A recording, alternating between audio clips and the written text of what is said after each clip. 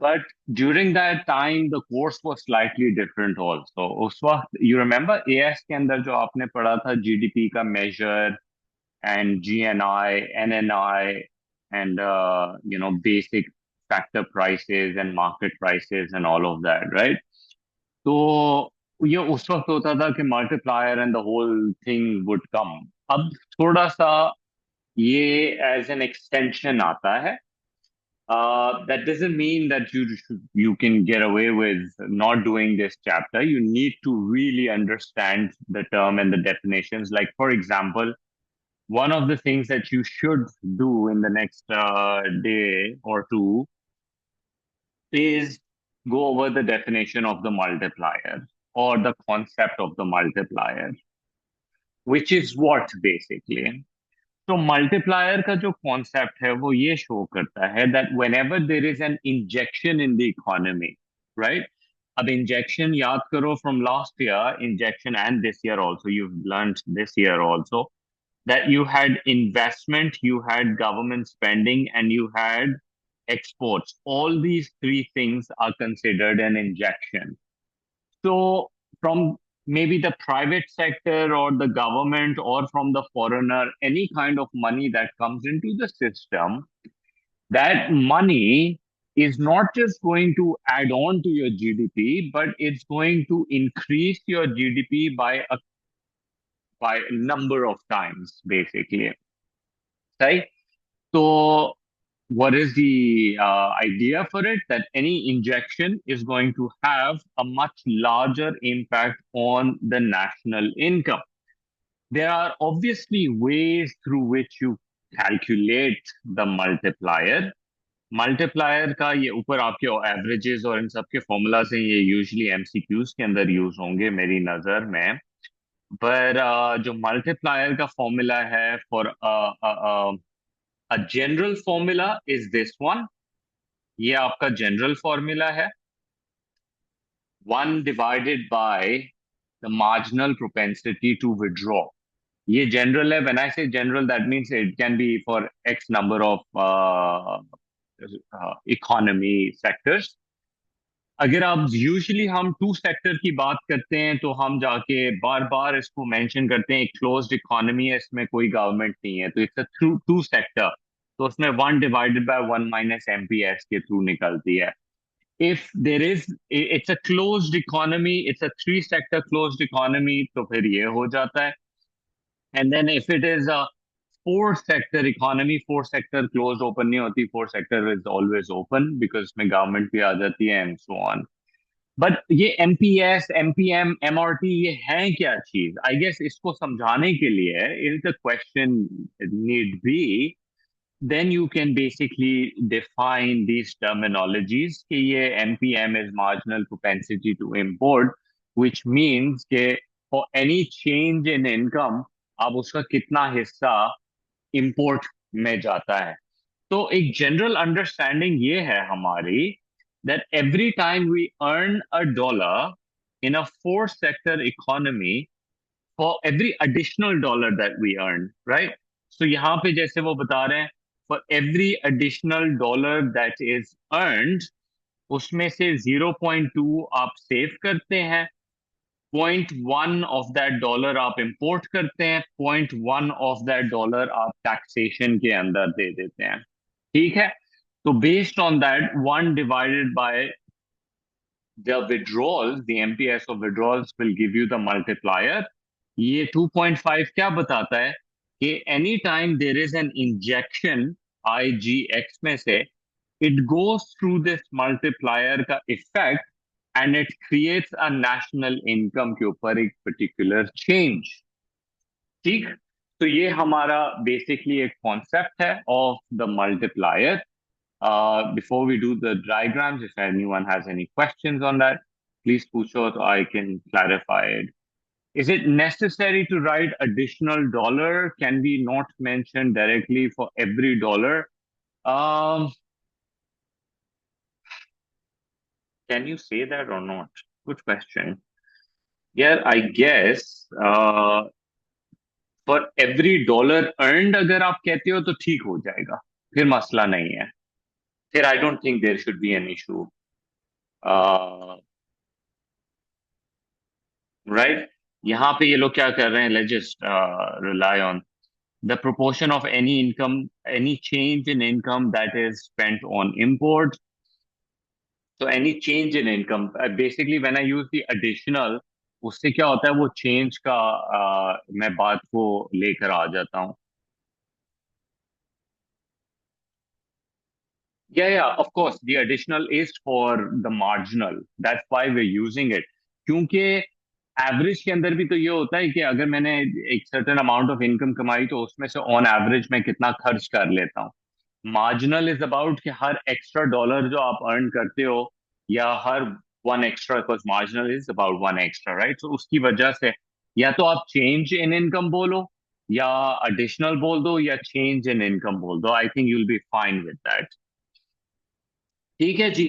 तो ये हमारा उसके पीछे कॉन्सेप्ट था. आपको पता है आईजीएक्स में से कोई भी चीज बढ़ती है तो आईजीएक्स तो आपका डायरेक्टली किससे, एग्रीगेट डिमांड से लिंक होता है, right. aggregate demand is equals to C plus I plus G plus X minus M. तो अब ये जो आपके तीन हैं, any of these go up, AD goes up, और आपका ADAS के डायग्राम के अंदर you know how the shift happens, right. और उसकी वजह से जो है प्राइस लेवल्स में एक चेंज आता है और रियल आउटपुट में इम्पैक्ट आएगा. तो ये तो आपका एक सिंपल सा ADAS का डायग्राम हो जाता है which talks about it. अम, इसका कॉन्सेप्ट देखो, ऐसे के अंदर you need to go into the extreme detail of how multiplier में MPC and all of that, only if the question literally asks you कि मल्टीप्लायर इफेक्ट के साथ केन्जियन मॉडल का बताओ क्या होगा, something like which includes like multiplier straight up बात करके. तो थोड़ा सा उसमें आपको डिटेलिंग ज्यादा करनी पड़ेगी, गिवन के क्वेश्चन में और बहुत सारी चीजें नहीं है टू डिस्कस. नॉर्मली क्या होता है कि जब वो क्वेश्चन में बात कर रहे होते हैं कि गवर्नमेंट स्पेंडिंग किस तरह से इकोनॉमी को इम्पैक्ट करेगी, तो वहां आपने जनरली जो है मल्टीप्लायर का कॉन्सेप्ट को जरूर डिस्कस करना है. In fact do one thing, any time they say national income पे किस तरह से उसका इम्पैक्ट आएगा या इकोनॉमी पे किस तरह से इम्पैक्ट आएगा, you talk about multiplier. Don't leave it to the AS level type essay or something. Multiplier needs to be discussed. It's important that you do that. ठीक है जी. Do you need to go into the whole idea of the autonomous and the induced only if the question is purely about the Keynesian model national income का? तो आपने model को explain करने के लिए you will have to rely on के CIG X-M होता है, उसमें कुछ ऑटोनमस वेरिएबल्स होते हैं, कुछ इंड्यूस्ड वेरिएबल्स होते हैं, इनका ये मतलब है, इंड्यूस्ड का ये मतलब है, यू नो. तो फिर आपने ये बात करनी होगी. अच्छा, बहुत टाइम हो गया एक क्वेश्चन नहीं आया है जो कि बहुत बहुत इनका फेवरेट और रिपीट होता था इस चैप्टर के रिलेटेड. दैट वाज इन्वेस्टमेंट का impact on the national income. So remember the two theories that we've talked about, क्योंकि investment is the second component. First, you're going to define what investment are we talking about. जब आप investment की बात करते हैं तो we are talking about the capital stock or the inventory a business invests in that allows the business to produce goods and services in the future.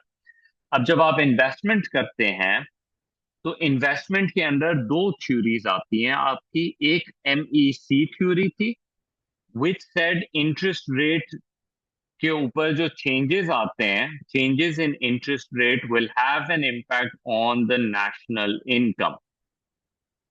ठीक हो गया. और दूसरी थ्योरी जो हमने पढ़ी है that is the accelerator theory. Accelerator theory के अंदर आप कहते हैं कि भाई it's not the interest rate which is the determining factor. In fact, change in national income along with the capital to output ratio determines कि कितनी investment होनी चाहिए इकोनॉमी के अंदर. So basically, we spoke about the autonomous and the induced portion of it that you want to have a whole discussion on. अब जब आप इसको डिस्कशन में लेके जाते हैं, तो the models that I've told you that we need to work with is या तो आप वो AE वाला मॉडल कर लो, we're perfectly fine with that you make a 45-degree line, you make an aggregate expenditure की line, ठीक है. Sorry, AE goes here. Please अपने labels को ठीक रखो. This goes over here. ठीक. This is the level of output. और फिर based on कितने sector की बात कर रहे हो, you can just simply add CIGX minus M to it. It's a 4-sector open economy I'm talking about right now. फिर उसमें आपने शो करना है कि लेट्स सपोज फॉर इन्वेस्टमेंट आने की वजह से, इंड्यूस्ड इन्वेस्टमेंट आने की वजह से क्या होगा, एई जो है वो ऊपर की तरफ जंप करेगा. और देखें जी किस तरह से मल्टीप्लायर इफेक्ट के साथ नेशनल इनकम में चेंज आया. What is the multiplier effect? Well, injection जो इन्वेस्टमेंट में चेंज आया था वो इतना सा था, लेकिन उसकी वजह से जो नेशनल इनकम पे इम्पैक्ट आया वो देखें कितना बड़ा इम्पैक्ट आया है उसकी वजह से. तो ये हमारा मल्टीप्लायर इफेक्ट क्लियर हो जाता है इस केस के अंदर.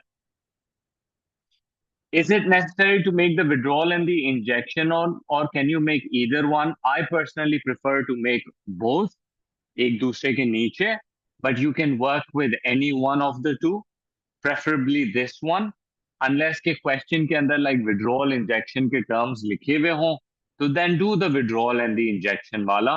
कोई खास उसमें कोई इतना मसला होना नहीं चाहिए तुमको given right now. So that's our situation as far as this model goes. तो इस मॉडल को बना के अगर आप मल्टीप्लायर को एक्सप्लेन करते हैं, तो दैट्स परफेक्ट, बिकॉज या आप सॉर्ट ऑफ लाइक यूज भी कर सकते हैं टू एक्सप्लेन. उसी तरह से गवर्नमेंट स्पेंडिंग और एक्सपोर्ट्स की भी जब बात होती है, तो that can be discussed, right. So ये आपकी इकोनॉमी के अंदर ये बात हो जाती है. अच्छा, another thing which I feel, हो सकता है इस बार आसान क्वेश्चन आ जाए, they might be like very generous with you guys. तो अगर वो सिचुएशन हो जाती है, लेट्स सपोज, ठीक है, अगर वो तुमको आसान क्वेश्चन दे देते हैं, so for example let me do this. अच्छा सा इन्होंने वैसे ही तुमको बना के दे दिया है. ये कितने सेक्टर है? Any guesses? 3 sector. It is a 3-sector economy. So let's suppose this is a 3-sector economy that we have. अब इस 3 सेक्टर के अंदर this is what I will do with you. ठीक है, आई होप ये up to the scale है, लग तो रहा है कि टू द स्केल होगा. अब मैं इसके अंदर क्या दिखाने जा रहा हूं,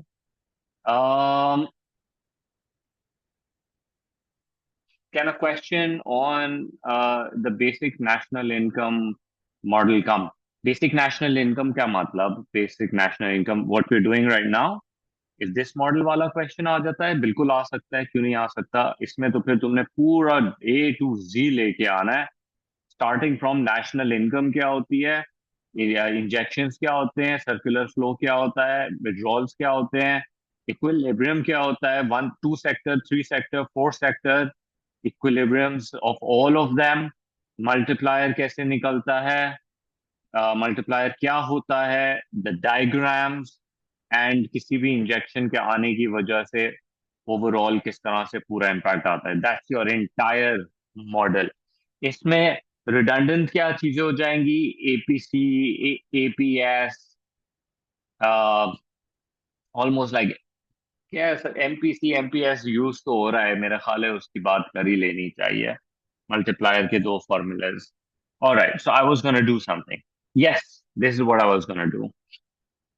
If they are kind enough and they give you a question on inflationary and deflationary gaps, so these models are good models to then use to make the discussion.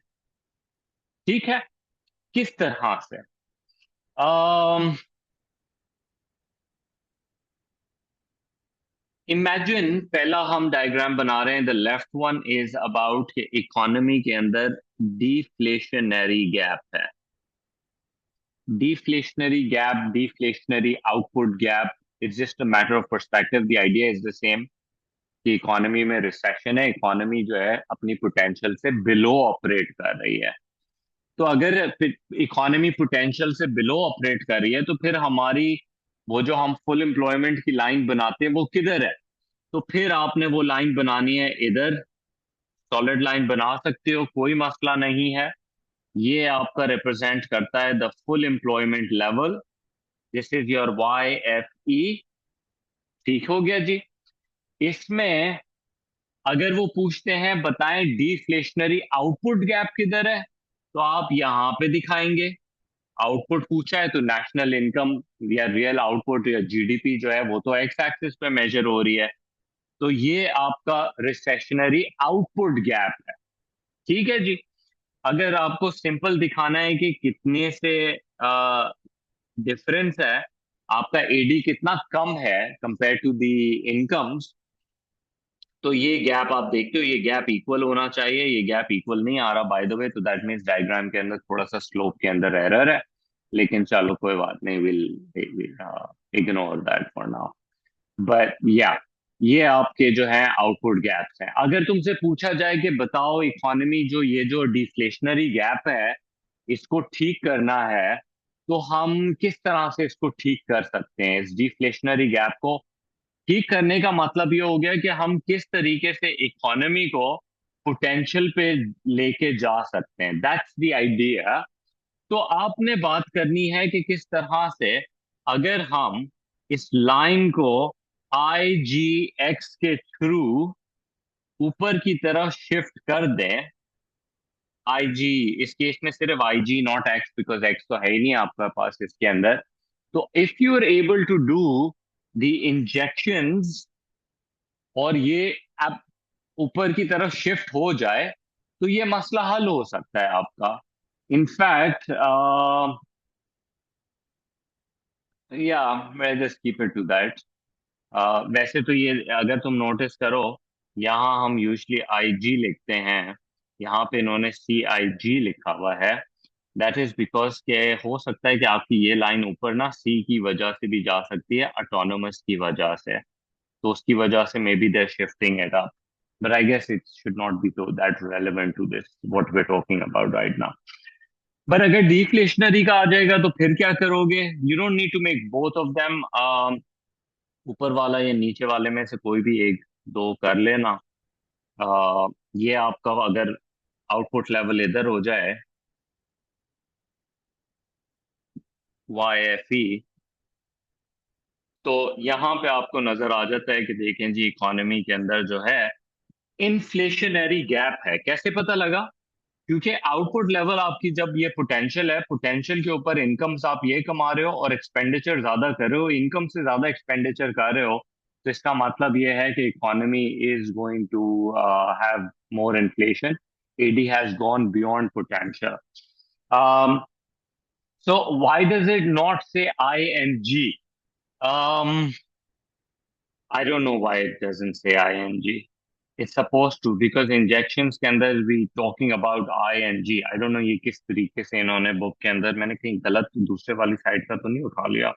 No, I haven't picked it up. I don't know. कुछ हुआ है यहाँ पे गड़बड़, या तो typo है ये। it makes sense CIG, this I don't know। कि ये शायद हो सकता है साइड में कोई इंडिकेशन के लिए दे दिया हो इन्होंने कि ये थ्री सेक्टर के लिए हम बना रहे हैं, तो इसकी वजह से that's what's going on. I don't know why they have done this, doesn't make sense to me. But I have explain you the inflationary and the deflationary gap. अच्छा जी, यही इन्फ्लेशनरी डिफ्लेशनरी आप एडीएएफ के साथ भी शो कर सकते हैं। पर्सपेक्टिव का फर्क है ना। There is a reason why Bamford is, बल्कि इनफैक्ट ये जो टेरी कुक्स के अंदर है, I am sure Bamford is also looking at it, but there is a reason why they are sort of like putting this over here, कि आपको समझाना आना चाहिए कि इन्फ्लेशनरी गैप जो है, जब आपकी actual ADS has gone above the potential, आपके एलआरएएस से आगे निकल गई है इकोनॉमी, तो ये ऑब्वियसली ये इशू तो आएगा, and it is inflationary in nature. और अगर ये सिचुएशन है कि आपकी इकोनॉमी पोटेंशियल से नीचे ऑपरेट कर रही है, So it is recessionary in nature. Okay.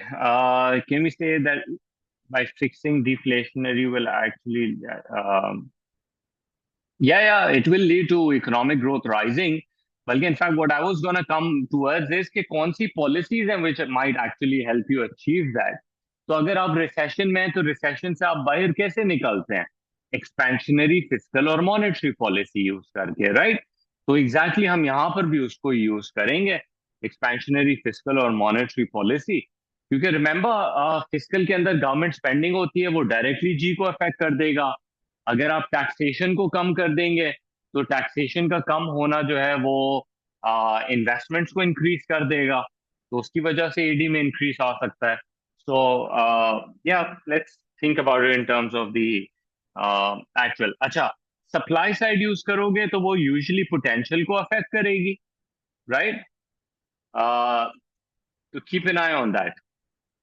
With multiplier, can we say that due to increased AD and it having a bigger impact on national income, it hence leads to actual and potential economic growth, but it could also lead to demand pull. That's the counter argument. Yes, that is the counter argument कि AD बढ़ाते हैं और अगर आप potential पे हैं या potential के करीब हैं या potential से ऊपर निकल गए, so definitely there is inflation happening. That is something that we will be discussing, I guess, a little later. फिर देखें जी, ये बात हमने एएस में भी बात की है. It's not too late to talk about this right now also because recently there was a question on it, very naive basic AS type of question.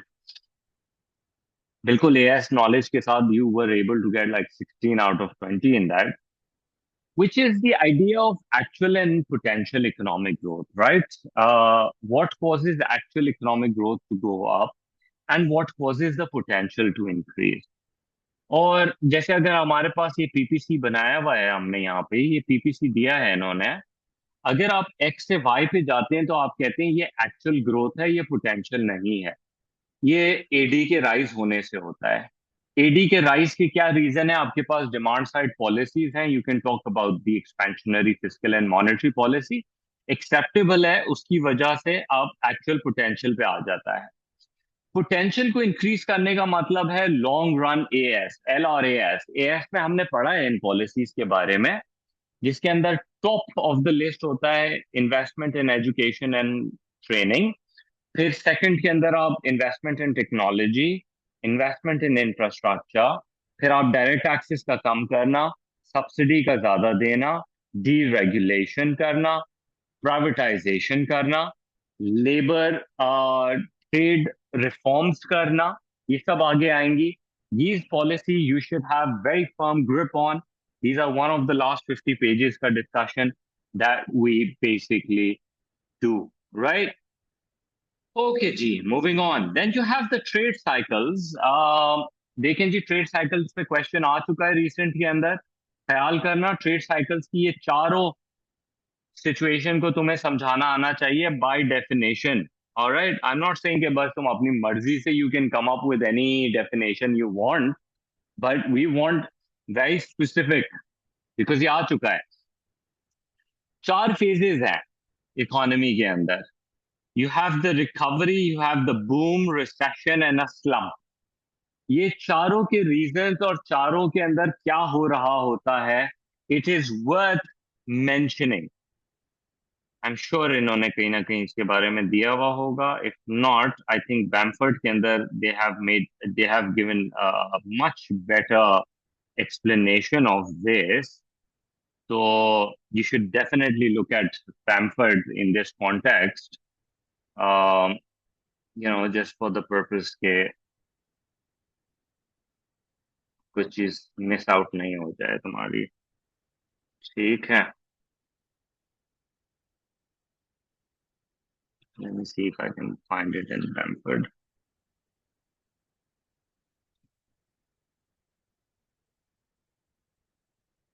All right, let me show you. So this is what the Bamford has to do with this and how it sort of like explains it.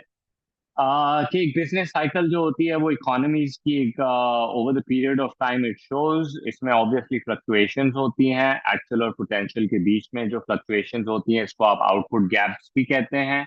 ये आपकी trade cycle है। जो आपका upturn है, यहाँ पे जो word use हो रहा है वो अपटर्न हो रहा है फॉर रिकवरी। इंटरचेंजेबल है, कोई मसला नहीं है इन दोनों के अंदर। ठीक है। अपटर्न के अंदर वो टॉकिंग की इकोनॉमी ग्रो कर रही है, growth rate is good, people are feeling good about the future that is going to happen in Pakistan in the next coming this year and hopefully next year, because government कुछ macro policies करने जाएगी इस साल जो थोड़ी सी expansionary होगी। तो उस एक्सपेंशनरी के अंदर हमें पता है कंज्यूमर्स भी जो है थोड़ा कॉन्फिडेंट फील करेंगे, बिजनेसेस कॉन्फिडेंट फील करेंगी, बैंक्स कॉन्फिडेंट फील करेंगे, थोड़े हाई रिस्क प्रोजेक्ट्स भी होंगे, लेकिन थोड़ा बहुत इन्फ्लेशन राइज होने का खतरा होगा।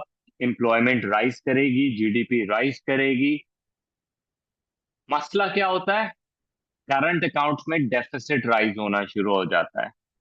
कभी भी भूल जाओ तो इसको मेरी बातों से याद रखना कि पाकिस्तान में ग्रोथ आती है तो करंट अकाउंट की बैंड बज जाती है बेसिकली। ठीक है, आई होप याद रहेगा।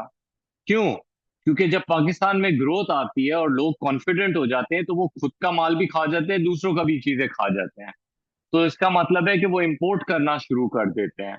इंपोर्ट करना किस चीज? रॉ मटेरियल भी और फिनिश गुड्स भी।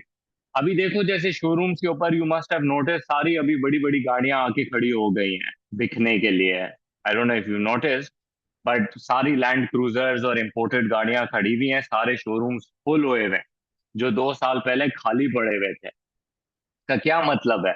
का मतलब ये है कि जैसी ग्रोथ साइकिल आएगी तो ये बहुत सारी बिकने वाली है बड़े अच्छे अच्छे रेटों पे। फिर करंट अकाउंट में डेफिसिट आएगा, फिर डेफिसिट आएगा तो डॉलर ऊपर चला जाएगा, और फिर यही गाड़ी खड़े खड़े महंगी हो जाएंगी, and there gonna make even good money out of this. क्या ये जरूरी हो है कि ये होना है?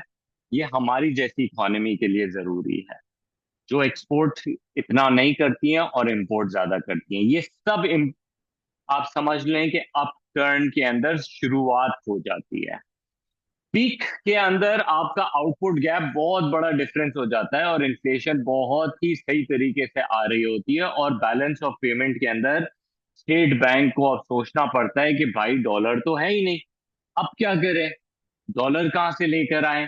इंटरेस्ट रेट बढ़ाना पड़ेगा, बाहर से लोन लेना पड़ेगा, आईएमएफ मसले कर रहा है। ये सुनना शुरू करो तो इसका मतलब है कि इकोनॉमी अपनी पीक पे आ गई है।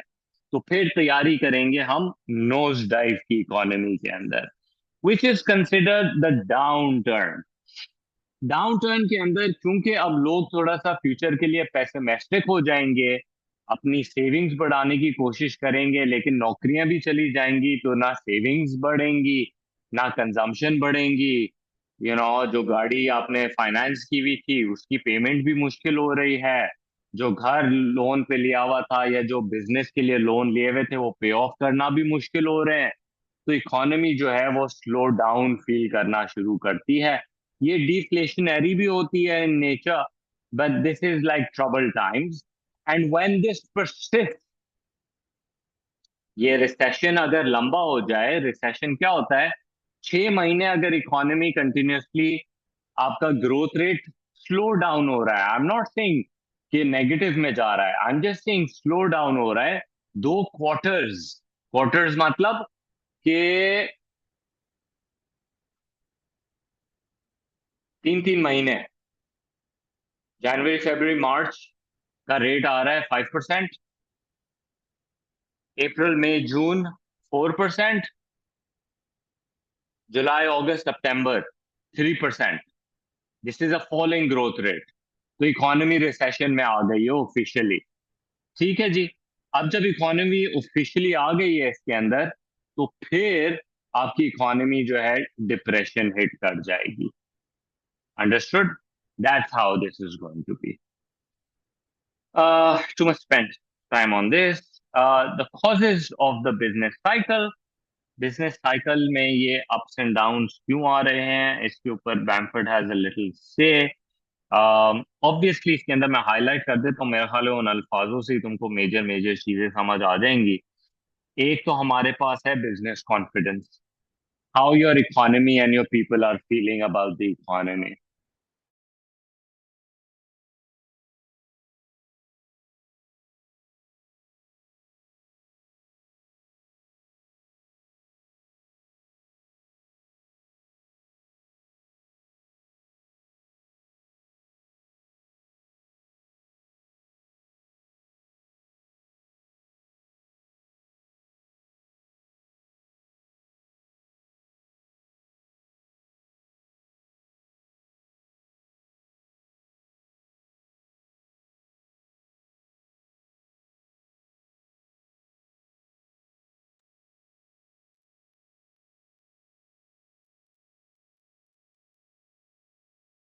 Alright, sorry my bad. So एक तो हो गया आपका business cycle, business confidence. Obviously अगर बिजनेस थोड़ी सी डाउन चलेगी तो कॉन्फिडेंस लो होगा तो साइकिल डाउन साइड पे जाएगी। If people are confident about the future, obviously economy grow करेगी। दूसरा हम कह रहे हैं मनी सप्लाई में चेंजेस, ये तो ऑब्वियसली फिस्कल पॉलिसी का हिस्सा हो गया। एक हो गया आपका पॉलिटिकल साइकिल के गवर्नमेंट्स, उसकी पॉलिसीज, उसकी fiscal policy. I think fiscal policy would be the good thing to talk about over here. फिर आपकी इकोनॉमी में सप्लाई साइड्स की आप बात कर सकते हैं, जैसे कोविड रिलेटेड इशू, कोई वॉर हो गई जिसकी वजह से the global oil prices sort of like shot up, natural disaster हो गया कोई, तो उसकी वजह से किस तरह से इकोनॉमी के अंदर production gets affected and all of that. तो ये भी एक बहुत बड़ा इशू हो सकता है। ठीक है जी। तो ये हमारी एक बात हो सकती है। फिर ऑटोमेटिक स्टेबलाइजर जो है, ऑटोमेटिक स्टेबलाइजर भी सर्कुलर फ्लो के अंदर जो है इसका डिस्कशन आता है। क्यों आता है भाई?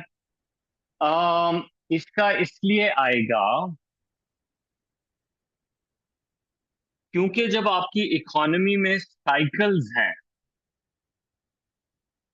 जब आपकी इकोनॉमी के अंदर साइकिल्स आती हैं, let me go back up like this. तो टर्न्स आउट कि जब इकोनॉमी में इस तरह से अप्स एंड डाउन्स होते हैं, तो ये अप्स एंड डाउन्स बेसिकली क्या करता है कि वन शुड आस्क, ये भाई ये ऊपर जा रहा है तो ये नीचे, ये रुक क्यों रहा है? ये ऊपर ही जाता रहे। Why is it not just continuously going up? और ये नीचे जा रहा है तो ये क्यों नहीं कंटिन्यूअसली गिर रहा? इसकी क्या वजह है? What is making the cycles go up and down? ऐसी क्या चीज है? राइट। तो हम कहते हैं, वैसे तो यहाँ पे गवर्नमेंट ने इस cycle, because we don't want ना, देखो ये तो डे वन के ऊपर ये डिस्कशन होता है कि जो आपकी रियल जीडीपी का ट्रेंड है ना, पोटेंशियल का जो ट्रेंड है, आपका सारा एम है कि किसी तरीके से इन साइकिल्स के ऊपर जो है हम इसको क्लोज करें, किसी तरीके से इन साइकिल्स के अंदर हम मिनिमम गैप्स लेकर आए ताकि इकोनॉमी जो है वो स्टेबल चले। That's our entire purpose over here. ठीक है जी। अब बात यह है कि आपने क्या किया हुआ है, ऑटोमेटिक स्टेबलाइजर्स के लिए एक बफर्स लगाए हुए हैं जिसको आप कहते हैं progressive tax and welfare payments, या unemployment benefits is usually the word use. और वही प्रोग्रेसिव टैक्सेशन यहां भी लगे हुए हैं, एंड योर वेलफेयर पेमेंट्स।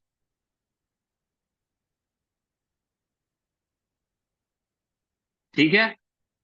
अब होता क्या है कि जब इकोनॉमी अप ट्रेंड पे जा रही होती है और लोगों की इनकम्स राइज कर रही होती हैं, तो प्रोग्रेसिव टैक्सेशन उसके ऊपर परसेंटेज, टैक्स परसेंटेज इंक्रीज कर रहा होता है और जंप कर रहा होता है, जिसकी वजह से लोगों की डिस्पोजेबल इनकम कम होती जा रही होती है। और साथ ही में क्योंकि इनकम्स राइज कर रही होती हैं तो वेलफेयर पेमेंट्स भी डाउन साइड पे जा रही होती है।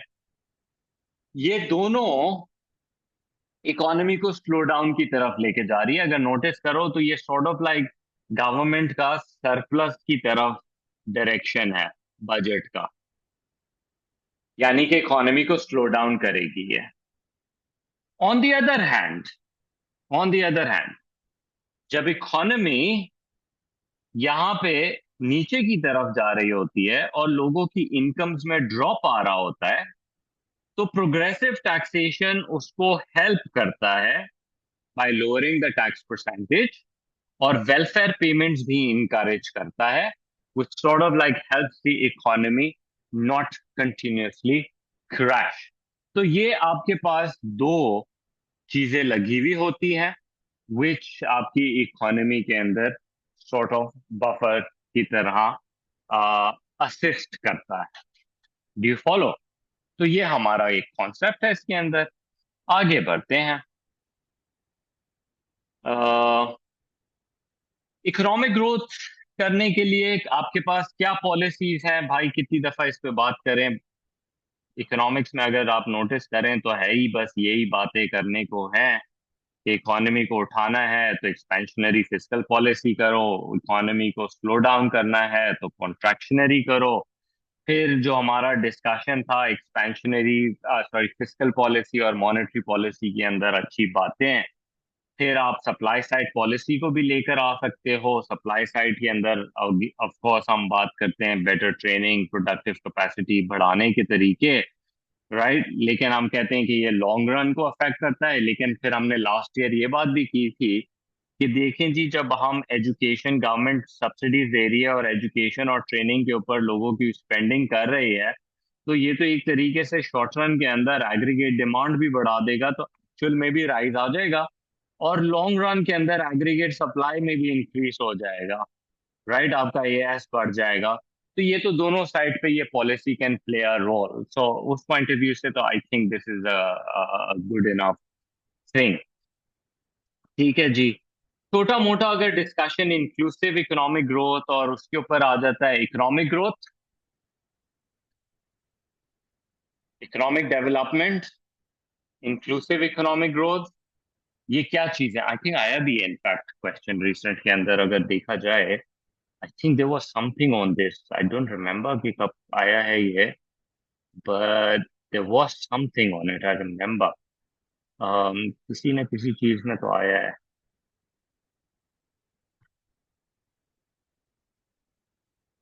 हाँ, आई डोंट नो कौन से वाले में आया है, बट आई नो आया तो है। ठीक। तो जो भी है, you make sure that you keep a close I on that one. थोड़ा ख्याल करना कि इकोनॉमिक ग्रोथ सिंपली हम जब आउटपुट की बात करते हैं, पोटेंशियल की बात करते हैं, एक्चुअल की बात करते हैं, सिंपली आउटपुट के इंक्रीज की बात करते हैं और उसको आप जीडीपी परसेंटेज के फॉर्मूला से निकालते हैं। That just economic growth purely talks about your output, your ability to produce output, your actual increase in output. Economic development talks about कि आपकी इकोनॉमी के अंदर जो है क्या एजुकेशन और हेल्थ केयर पे भी काम हो रहा है कि हर किसी की इनकम्स में इंप्रूवमेंट आए। तो inclusive economic growth is sort of like in that way talks about कि इक्वालिटी आनी चाहिए। इट्स नॉट दैट कि जीडीपी का सिर्फ राइज होना जिसका पीछे सिर्फ अमीर अमीर होता जा रहा है और गरीब गरीब होता जा रहा है। तो अगर आप उसकी बात करें तो we want to make sure कि भाई इंक्लूसिव इकोनॉमिक ग्रोथ मींस कि overall monetary and non monetary दोनों तरीके से मटेरियल नॉन मटेरियल के अंदर ग्रोथ आ रही है और इनकम डिस्पैरिटी के अंदर रिडक्शन आ रही है। इसको आप इंक्लूसिविटी कहते हैं। That brings us to the discussion of equity versus equality. Equity is about fairness, equality is about equal opportunity, of everyone getting the same, right? So equity की जब हम बात करते हैं तो we say fair, simple example है, economy recession में है, रिसेशन से बाहर निकलना है, हम कहते हैं भाई हर किसी को हजार हजार डॉलर मिलने चाहिए, दैट्स इक्वालिटी। लेकिन एक्विटी वुड बी गरीब को 3,000 दो, अमीर से पैसे लो, ठीक है, या अमीर को कोई कुछ ना दो। That's equality, that's equity, right, that's fairness. इसकी कुछ पॉलिसीज की बात की हुई है जो इंक्लूसिव इकोनॉमिक ग्रोथ अचीव करे। प्लीज रिमेंबर, इंक्लूसिव का टर्म आ जाते हैं तो इसका मतलब है कि आप अमीर और गरीब के गैप के बीच के अंदर जो है आप वो क्लोजनेस लाना चाह रहे हैं फाइनेंशियल नॉन फाइनेंशियल टर्म्स के अंदर। तो there are a lot of mentioned over here. सबसे ऊपर आपका टॉप ऑफ द लिस्ट जो डिस्कशन होना चाहिए वो प्रोग्रेसिव और ट्रांसफर पेमेंट्स का होना चाहिए। फिर एजुकेशन, लेकिन उसको जरूर एम्प्लॉयमेंट से कनेक्ट करो। मिनिमम वेज, ठीक है, एंटी डिस्क्रिमिनेटरी हो गया। ट्रांसपोर्टेशन और वो लिंक्स अच्छे करो तो उससे लोग ज्यादा मोबाइल हो जाएंगे। ट्रेड यूनियंस को पावर दी जाए and so on. plenty of stuff to write over here। ठीक है जी। आ,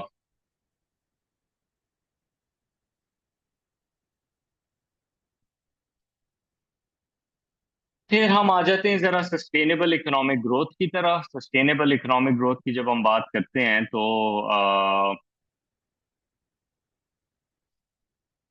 sustainable economic growth simply means कि आपकी जो ग्रोथ रेट है जीडीपी की वो लॉन्ग पीरियड ऑफ टाइम तक सस्टेन कर सके।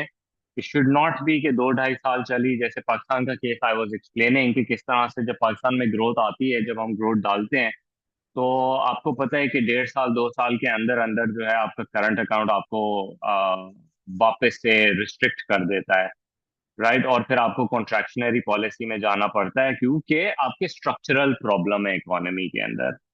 स्ट्रक्चरल प्रॉब्लम का मतलब क्या होता है कि आपके पास इनफ एक्सपोर्ट है नहीं, और आप जो एक्सपोर्ट के लिए चीजें बनाते हैं उसकी कोई जान है नहीं उस प्रोडक्ट के अंदर इंटरनेशनल मार्केट में बिकने के लायक, राइट।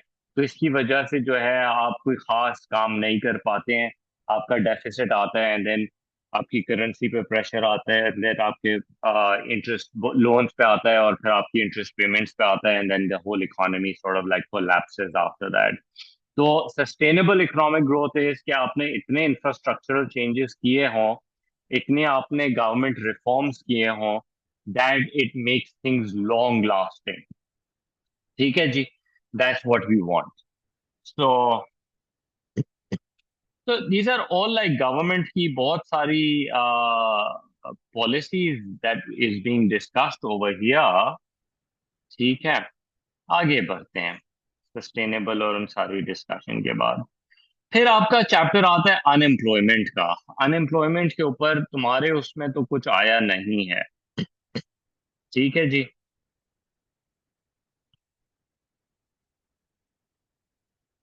अनएम्प्लॉयमेंट, एम्प्लॉयमेंट, या I don't see much that has come in your syllabi। पहले उसके अंदर फिर भी आ जाते थे, हमारे सिलेबाई में थोड़ा सा मिसिंग है अनएम्प्लॉयमेंट रिलेटेड चीजें। तो जरूर अनएम्प्लॉयमेंट के चैप्टर को भी बड़ा क्लोजली देख लो, बिकॉज अनएम्प्लॉयमेंट पे कुछ खास बना नहीं है केस स्टडी के अंदर। Although labour market has been coming from the micro aspect, but again unemployment जो है वो अक्टूबर 22 के अंदर लास्ट आया है। Not much since that. तो फिर अनएम्प्लॉयमेंट का चैप्टर आपकी मेरी नज़र में आपके लिए इम्पोर्टेंट है, थोड़ा सा ख्याल करके उसको आपने ज़रूर देखना है। अनएम्प्लॉयमेंट के अंदर आपके पास नंबर वन अनएम्प्लॉयमेंट सिचुएशन होती क्या है। जब आप कहते हैं कि unemployment is when a person is willing and able to work but can not find the job, right. Full employment का कॉन्सेप्ट क्या होता है? अगर अनएम्प्लॉयमेंट पे देना है तो फुल एम्प्लॉयमेंट पे बिल्कुल सवाल बन सकता है कि ये एक तो नंबर वन गवर्नमेंट का एक एम है, लो अनएम्प्लॉयमेंट या फुल एम्प्लॉयमेंट अचीव करना। अब इसके अंदर होता क्या है कि गवर्नमेंट जो है अम, चाहती है कि आपकी इकोनॉमी के अंदर क्लोज टू फुल एम्प्लॉयमेंट या फुल एम्प्लॉयमेंट के ऊपर पॉपुलेशन हो, विच मीन्स कि आपकी इकोनॉमी के अंदर 2 से 4% अनएम्प्लॉयमेंट होगी। ठीक है, and that could be mainly frictional और फ्रिक्शनल, स्ट्रक्चरल, सीजनल, इस तरह का होता है when a person is like trying to find a better paying job and moving from one job to another, तो वो आपका होता है। फिर इसमें जो इक्विलिब्रियम या डिसइक्विलिब्रियम की बात होती है, तो इफ यू नोटिस जो हमने डायग्राम्स बनाए थे एडीएएस के, I made slightly different diagrams, but चलो टेरी कुक को भी लेके अगर हम चलें, तो basically what this is talking about is ADAS. This is the actual employment in the economy. इस वेज रेट के ऊपर इतने लोग हायर हो रहे हैं। लेकिन जो आपका लेबर फोर्स है, जो आपकी इकोनॉमी के अंदर आपका जो लेबर फोर्स है, जो रजिस्टर्ड लेबर फोर्स है, वो ज्यादा है। इतना बंदा नौकरी कर रहा है, अवेलेबल है और नौकरी ले लेंगे। पोटेंशियल ये बता रहा है कि इस वेज रेट के ऊपर इतने लोग नौकरी एक्सेप्ट कर लेंगे। ये लोग जो है नौकरी इस वेज पे एक्सेप्ट नहीं कर रहे, they are looking for something better. Okay, तो यहां बात आ जाती है वॉलंटरी और इनवॉलंटरी। हो ये रहा है कि डिमांड एंड सप्लाई की बेसिस पे ये इक्विलिब्रियम एम्प्लॉयमेंट है, लेकिन आपकी जो पोटेंशियल है वो ज्यादा है, तो हम इसको कहते हैं ये वॉलंटरी अनएम्प्लॉयमेंट है।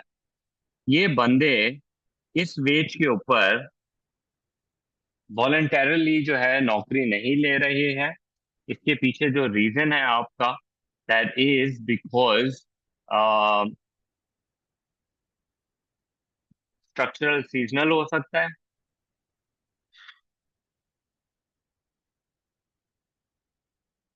इसको मैं अपने नोट्स के हिसाब से करता हूँ, I don't like this one. सुने, सॉरी, जब हम बात करते हैं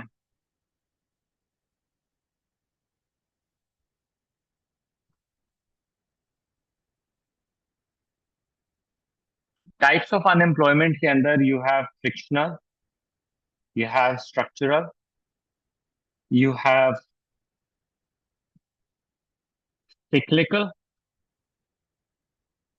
and you have a classical। ठीक है, आइडिया ये है, एडीएएस की बेसिस के ऊपर मार्केट के अंदर ये वेज पे इतना बंदा हायर है। Markets are clear, no unemployment, the aggregate demand for labour is equals to aggregate supply for labour, match कर रहा है। ठीक है, अब होता क्या है कि इकोनॉमी के अंदर, because of let's say a slowing down of the economy, overall economy में एग्रीगेट डिमांड गिर जाती है, जिसकी वजह से एग्रीगेट डिमांड फॉर लेबर गिर जाती है। ठीक है जी, जब एग्रीगेट डिमांड फॉर लेबर गिर जाती है, तो यहाँ पे क्लासिकल और केन्जियन में प्रॉब्लम आ जाती है। क्लासिकल के हिसाब से मार्केट्स फौरन से एडजस्ट होंगी और नीचे आ जाएंगी और अनएम्प्लॉयमेंट नहीं होगी। केन्जियन के हिसाब से वेज रेट यहीं रुके रहेंगी और एडी जो है वो कम है और एएस जो है वो ज्यादा है, और इकोनॉमी के अंदर अनएम्प्लॉयमेंट आ जाएगी और ये अनएम्प्लॉयमेंट फॉर सम टाइम रहेगी। ये आपका सिक्लिकल अनएम्प्लॉयमेंट होता है। यानी कि हम ये कह रहे हैं कि सिक्लिकल अनएम्प्लॉयमेंट सिर्फ केन्जियन के हिसाब से एग्जिस्ट करता है। ओके जी, कि इकोनॉमी में एडी गिरेगी तो उसकी वजह से जो अनएम्प्लॉयमेंट होगी वो केन्जियन की वजह से हो रही है। क्लासिकल की नजर में तो वेजेस फौरन से नीचे आ जाती है और अनएम्प्लॉयमेंट नहीं होती। क्लासिकल सेज एक ही सूरत है जिसके अंदर ये अनएम्प्लॉयमेंट हो, वो है कोई एक्सटर्नल फैक्टर जो मार्केट के वेजेस को ऊपर की तरफ रोक के रखे, और वहां पे हमारे पास आ जाती है ट्रेड यूनियन या गवर्नमेंट का national minimum wage, that doesn't fall and that keeps the market up and creates unemployment. इसको आप क्लासिकल या रियल वेज अनएम्प्लॉयमेंट कहते हैं। तो ये आपकी चार हो गई, cyclical, structural, classical and the cyclical. ये आपके चार टाइप्स हो जाते हैं। तो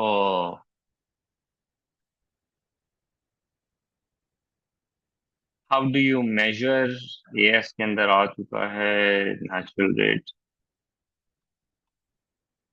प्लीज इसको जरूर देखना। अनएम्प्लॉयमेंट के चैप्टर को ही पूरा ओवरऑल जरूर देखो। Patterns and trends in unemployment ADAS के साथ, वही एएस वाली नॉलेज के साथ। Then you have the money market. Money market पे क्या है अभी तक? मनी मार्केट के अंदर एक इंटरेस्ट रेट का इकोनॉमिक ग्रोथ पे इम्पैक्ट को डिस्कस करें। क्या मनी सप्लाई इन्फ्लेशन को कंट्रोल करने में यूज हो सकती है? ये क्वेश्चन आया है। ठीक है। जो हमारा मनी का एज सच चैप्टर है, जिसमें हम मनी एंड बैंकिंग की बात करते हैं और फंक्शंस ऑफ मनी, इस पे तो बहुत जमाने से कुछ नहीं बात हुई है।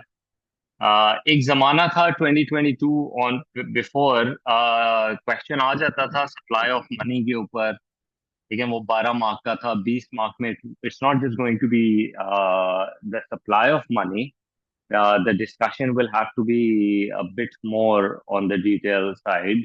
कि फॉर एग्जाम्पल क्या आपसे बोल दिया जाए कि मनी सप्लाई को क्या चीज़ें अफेक्ट करती हैं, एंड मनी सप्लाई इंक्रीज होने का बताएं जी, नेशनल इनकम पे क्या इफेक्ट आएगा। तो इसमें फिर आपने सोर्सेज की बात करनी है, मनी सप्लाई के सोर्सेज की, हाउ इट इंक्रीजेज और डिक्रीजेज मनी सप्लाई। फिर मनी सप्लाई के इंक्रीज होने से एडीएस या मल्टीप्लायर इफेक्ट के साथ वाला मॉडल बना के किस तरीके से इकोनॉमी के अंदर इंटरेस्ट रेट गिरने की वजह से क्या चेंजेस आएंगे। All of that needs to be discussed. इसी के अंदर ये भी हो सकता है कि वो लोग डिमांड फॉर मनी के परस्पेक्टिव से क्वेश्चन दे दें कि डिमांड फॉर मनी क्या होती है, और फिर बताएं कि इंटरेस्ट रेट कम होने से डिमांड फॉर मनी पे क्या इम्पैक्ट आएंगे एंड सो ऑन। तो उसके ऊपर उस तरह का भी डिस्कशन हो सकता है। So when talking about monetary policy, can we draw a diagram showing how interest rates are determined through the money supply? Um, if you want to do like a one wholesome thing, कि money supply का interest rate से भी एक impact होता है, they sort of like go together, and then उसका further effect on whatever, बिल्कुल हो सकता है। इंटरेस्ट रेट डिटर्मिनेशन पे है तो you must have to do it, right? तो फिर तो मस्ट ही हो जाता है। So remember this, right? अब एएस जो हम सप्लाई साइड की पॉइंट ऑफ व्यू से बात करते हैं, I am going a little off topic here, लेकिन अगर आप सप्लाई साइड पॉलिसी के अंदर health care is sort of like is important. ज्यादातर हम फोकस करते हैं सप्लाई साइड में health care and education and training, जिसकी वजह से लोगों को बेहतर नौकरियां मिल सकती हैं। अगर आप हेल्थ केयर को यूज कर रहे हो as a supply side policy, तो देन यू आर सेइंग कि आपका वर्कफोर्स अगर हेल्दी होगा तो वो ज्यादा प्रोडक्टिव हो सकता है। उस पॉइंट ऑफ व्यू से then you can use it, right? तो फिर ठीक हो सकता है। Objectives of commercial banks, liquidity, security, profitability. Please go over this. I've a lot of discussion on this before. Physical monetary policy, supply side policies, please बहुत closely गौर से देखो इसको। These are always important policies. Macro में है यही policy, तो अभी क्या करें अब हम? ठीक है। डिमांड फॉर मनी के पीछे तीन डिमांड फॉर मनी थे, उसको भी जरूर देखें। इंटरेस्ट रेट डिटर्मिनेशन, उसको भी देखें। I have already had enough discussions on this. ठीक है। जहां तक गवर्नमेंट मैक्रो इकोनॉमिक इंटरवेंशन की बात है, तो ऑब्वियसली आपको पता है कि गवर्नमेंट क्या ऑब्जेक्टिव्स करना चाह रहा है। Please make sure that you, अब 1 से 1.5 पेज के लिए मैक्रो इकोनॉमिक ऑब्जेक्टिव्स जो हैं गवर्नमेंट के, 5 6 7 जितने भी हैं, उसमें से 3 4 जो है important ones, you must discuss those. कौन कौन से हैं?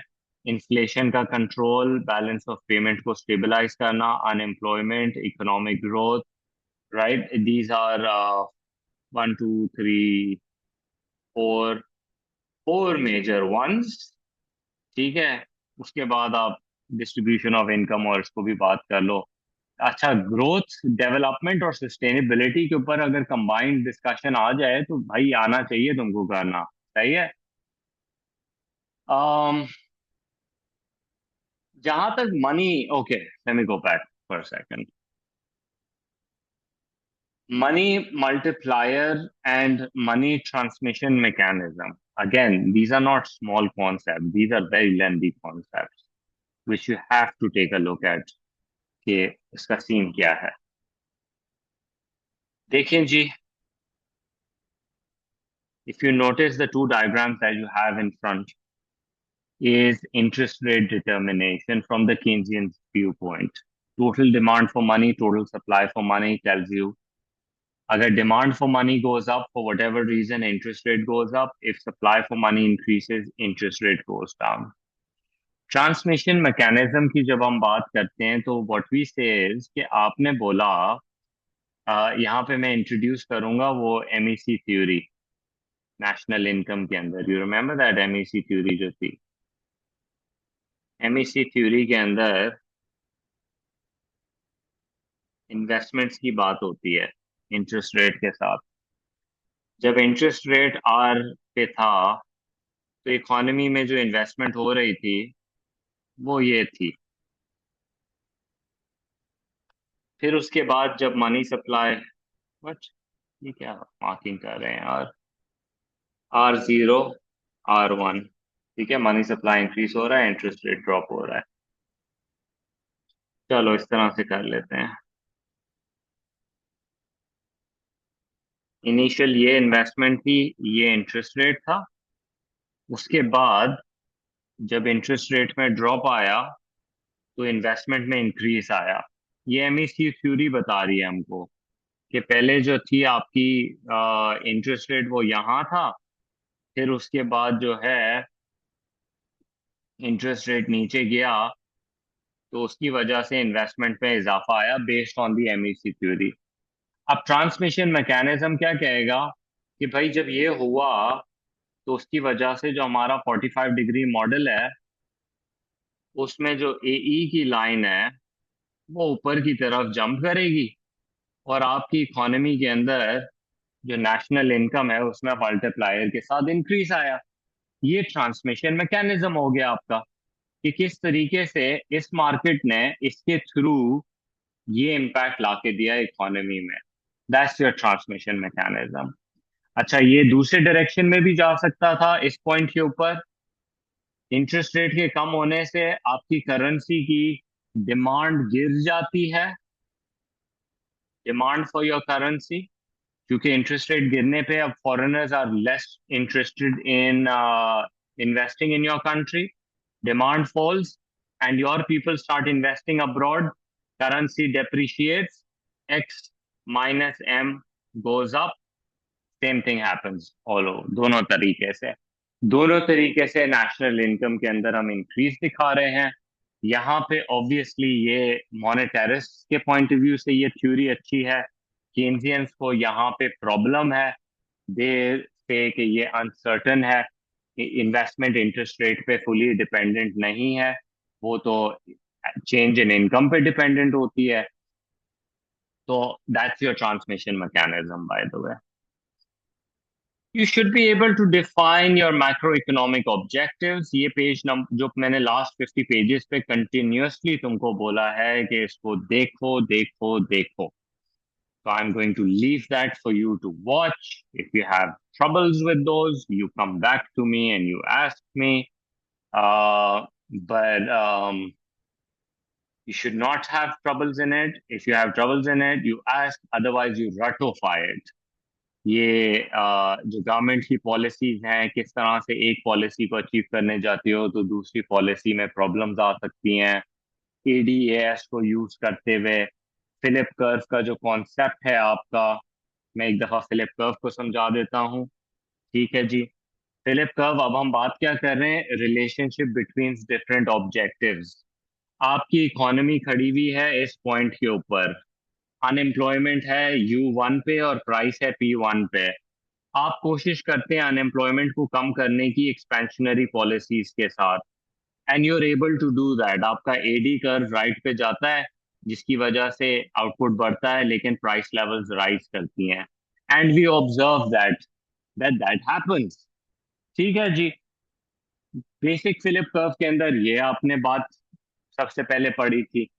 फिर क्या होता है, अगर इकोनॉमी का इकोनॉमिक साइकिल स्लो डाउन होता है तो एडी गिरता है, जिसकी वजह से अनएम्प्लॉयमेंट आती है और इकोनॉमी वापस डाउन डायरेक्शन में मूव करती है और प्राइस लेवल्स कंट्रोल में आ जाते हैं। ये तो हो गई आपकी डिमांड साइड पॉलिसीज और उसका फिलिप कर्व के अंदर अप एंड डाउन मूवमेंट। ये आपका शॉर्ट रन फिलिप कर्व है। अब इसको हमने ऑगमेंटेड की तरफ लेके गए। ऑगमेंटेड में क्या हो रहा है, imagine where at point A at first. ठीक है जी।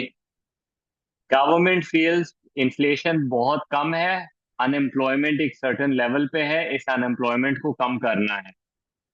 एक्सपेंशनरी पॉलिसीज हम फॉलो करते हैं, इंटरेस्ट रेट कम, मनी सप्लाई ज्यादा, टैक्सेशन कम, गवर्नमेंट स्पेंडिंग ज्यादा, और आप अनएम्प्लॉयमेंट को ड्रॉप कर लेते हैं। But it comes at an expense of an inflation. अभी पब्लिक को नहीं पता कि इन्फ्लेशन कितनी आ रही है, बिकॉज इन्फ्लेशन आप एक्सपीरियंस करते हैं। इन्फ्लेशन इज नॉट कि आप बोर्ड के हिसाब से आप रोजाना का टिकर चल रहा होता है, आप एक्सपीरियंस करते हैं।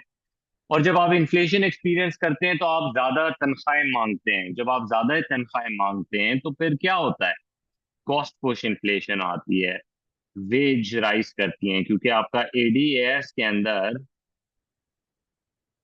जब आप ज्यादा तनख्वाहें मांगते हैं लोग, तो एएस पीछे की तरफ जाता है।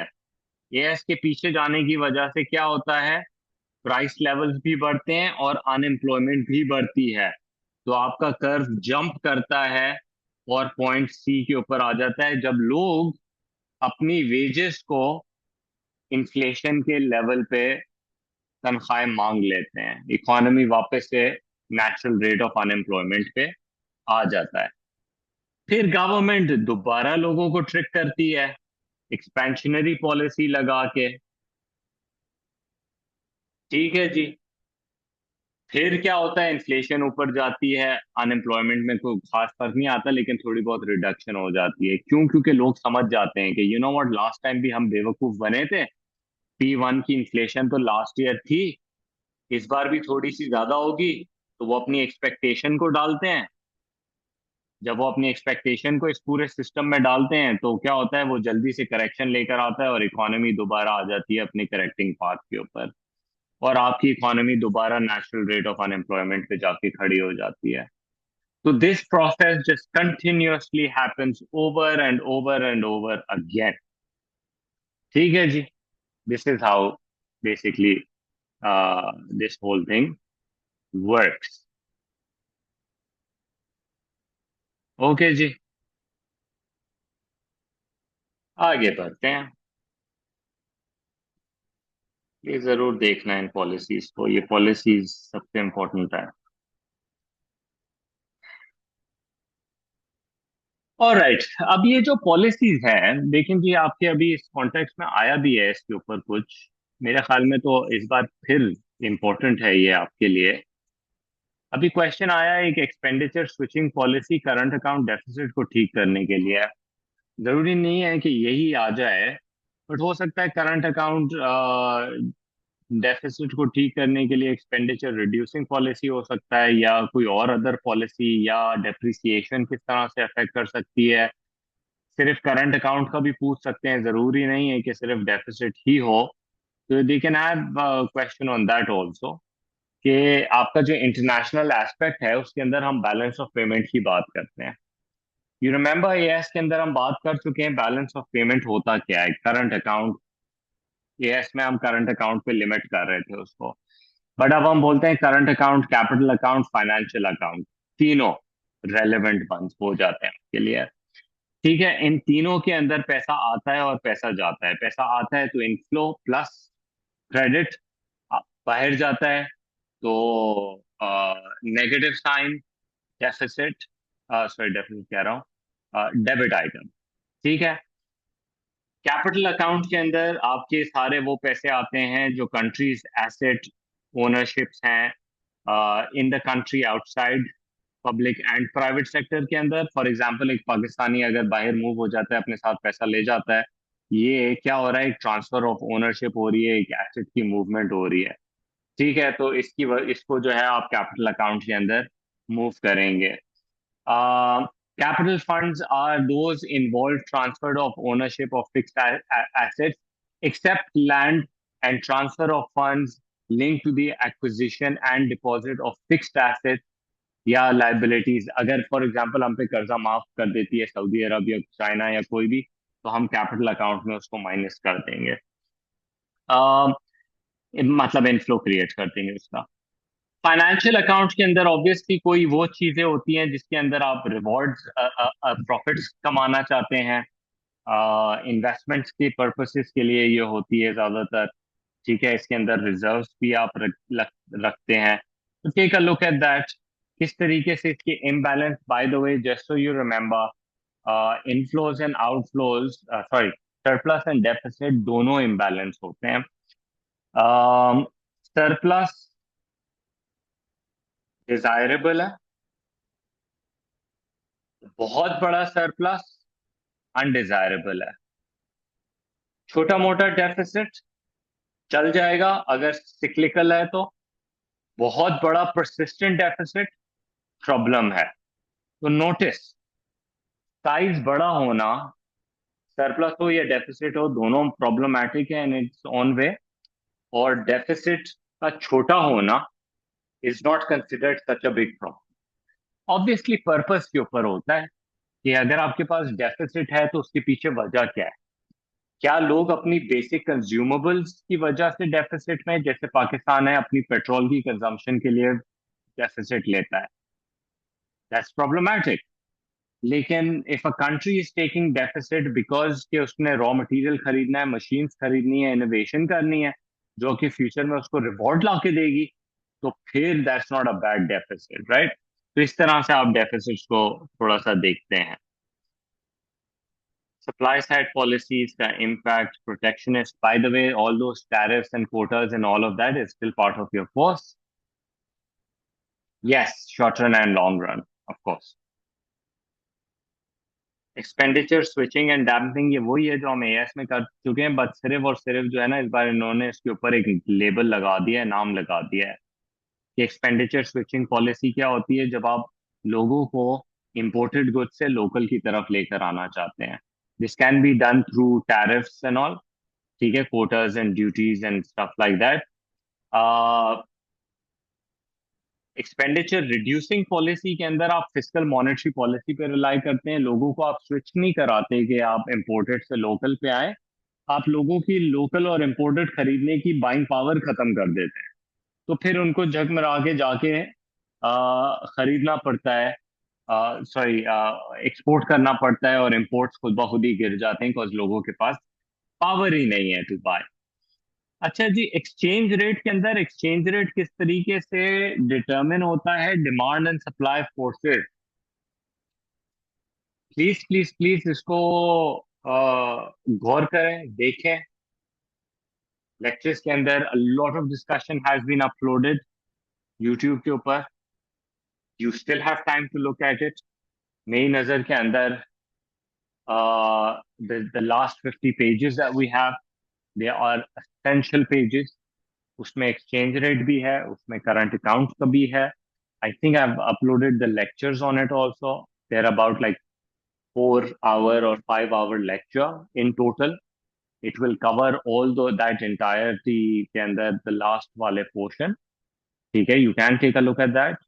I recommend you to take a look at that. It's mostly theoretical. You can like speed it at 1.5 and you can just hear me out. Or you can just read the notes, right? And hoping कि इस साल फिर इन्हीं 50 pages में से आएंगे, और जो आपका पिछले वाला है monetary policy, unemployment, national income, जो आज हमने डिस्कस किया है, उस पे नहीं आए। I walk you through there also.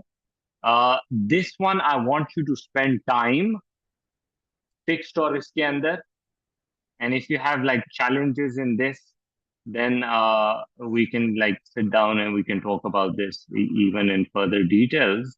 Because I've done the whole Marshall learner conditions and everything. Because these are not those ones कि मैं एक बहुत ही छोटे तरीके से तुमको करा दूं. These are extensive lectures that you should go through. Because इनमें से कुछ ना कुछ उठा के वो दे ही देते हैं. जीडीपी का मेजर, लिविंग स्टैंडर्ड का मेजर, जो भी मैंने यूट्यूब की लिंक्स तुम्हें दिए हैं ना, उन्हीं लिंक्स के अंदर जाओ, लास्ट के अंदर वो लेक्चर्स मैंने अपलोड किए हुए हैं, द रीसेंट ones. ठीक है? So I'll just hold over here. If you have any questions, please ask. Let me answer you on those then.